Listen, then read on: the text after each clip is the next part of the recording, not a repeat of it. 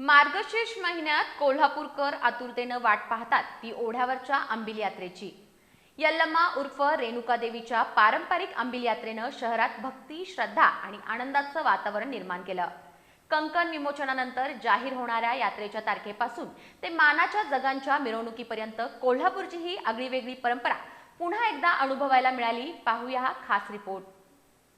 मार्गशीर्ष पौर्णिमेला कंकण विमोचन सोहळा पार पडतो आणि देवळातल्या त्या पारंपरिक फळ्यावर अंबिल यात्रेची तारीख लिहिली जाते। क्षणातच कोल्हापूरकरांच्या मनात उत्साह संचारतो। सौंदर्याहून मानाचे जग शहराच्या हद्दीत दाखल होतात। त्र्यंबोलीची जत्रा करून देवीकडे शहर प्रवेशाची परवानगी घेतली जाते। आदल्या दिवशी संध्याकाळी सासनकाठ्या आणि जग जवाहरनगर चौकात पोहोचतात। हलगी घुमके चौंडक्याच्या निनादात देवीला आरती केली जाते। 5 प्रदक्षिणा पूर्ण झाल्यावर जग मंदिराच्या पाठीमागील मांडवात विराजमान होतात।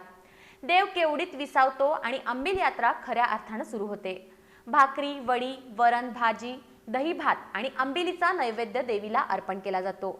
हे केवळ नैवेद्य नाही तर सौंदतीहून परतलेल्या रेणुकेचं भक्तांनी केलेलं सांत्वन आहे। यात्रेच्या दिवशी सकाळी देवी सालंकृत सौभाग्यसंपन्न रूपात दर्शन देते। दुपारी आरतीनंतर पालखीतून मंदिराला 5 प्रदक्षिणा घातल्या जातात। संध्याकाळ होताच नवस फेडणाऱ्यांसोबतच हौशा गवशांची गर्दी वाढते। अंबिल भाकरीच्या जेवणाचा आस्वाद भक्त मंदिर परिसरातच घेतात। आकाश पाळणे, खेळणी, विद्युत रोषणाई, खाऊच्या गाड्या आणि विक्रेत्यांच्या आरोळ्या संपूर्ण परिसर जत्रेच्या आनंदात न्हाऊन निघतो। रात्री मानाच्या जगांची आरती होते। जग सासन काट्यांसह परतीच्या मार्गाला लागतात आणि जसजशी जग बाहेर पडतात तसतसा जत्रेचा नूर ओसरतो। एक अनामिक हुरहुर मनात ठेवून अंबिल यात्रा संपते आणि दुसऱ्या दिवसापासून जगदंबा पुन्हा आपल्या आनंदरूपी भक्तांना सौख्याचा आशीर्वाद देते।